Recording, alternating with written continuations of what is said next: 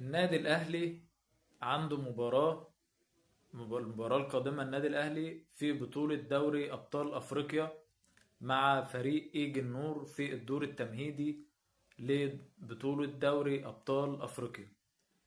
طبعا دوري أبطال أفريقيا ده اللي الزمالك ما بياخدهاش ما بياخدهاش الزمالك ما بيدخلهاش من 10 سنين فاتوا. يعني من 2015 نادي الزمالك ما بيدخلش بطولة أفريقيا أصلا.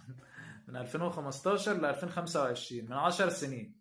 أنا بحس إن الزمالك يعني زي منتخب مصر كده، بقاله 15 سنة ما بيدخلش بطولة أفريقيا أساسا.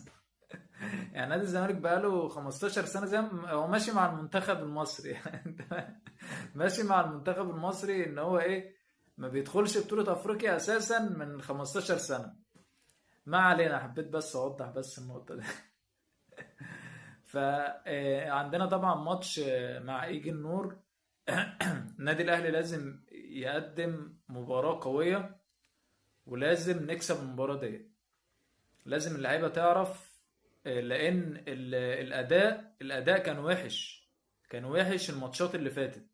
نتكلم بصراحة، سيبكوا بقى من المجاملات بقى وشغل التلفزيونات ده، انا ما بحبوش.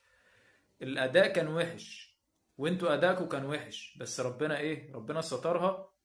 والحمد لله برضو انتوا قدرتوا تعدوا من الفترات دي.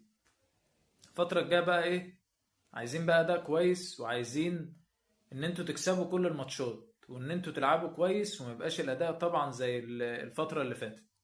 فارجوكم العبوا يا جماعة كويس، لان بطولة دوري ابطال افريقيا ما فيهاش هزار، والتحكيم هناك رخم، وهتبقى حاجة رخمة.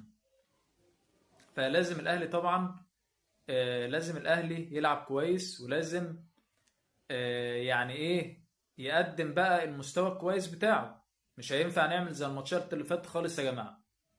فالعبوا بقى كويس، وانتوا تهدوا بقى اي فرق. بس وان شاء الله باذن الله اشوفكم في فيديوهات تانية. سلام.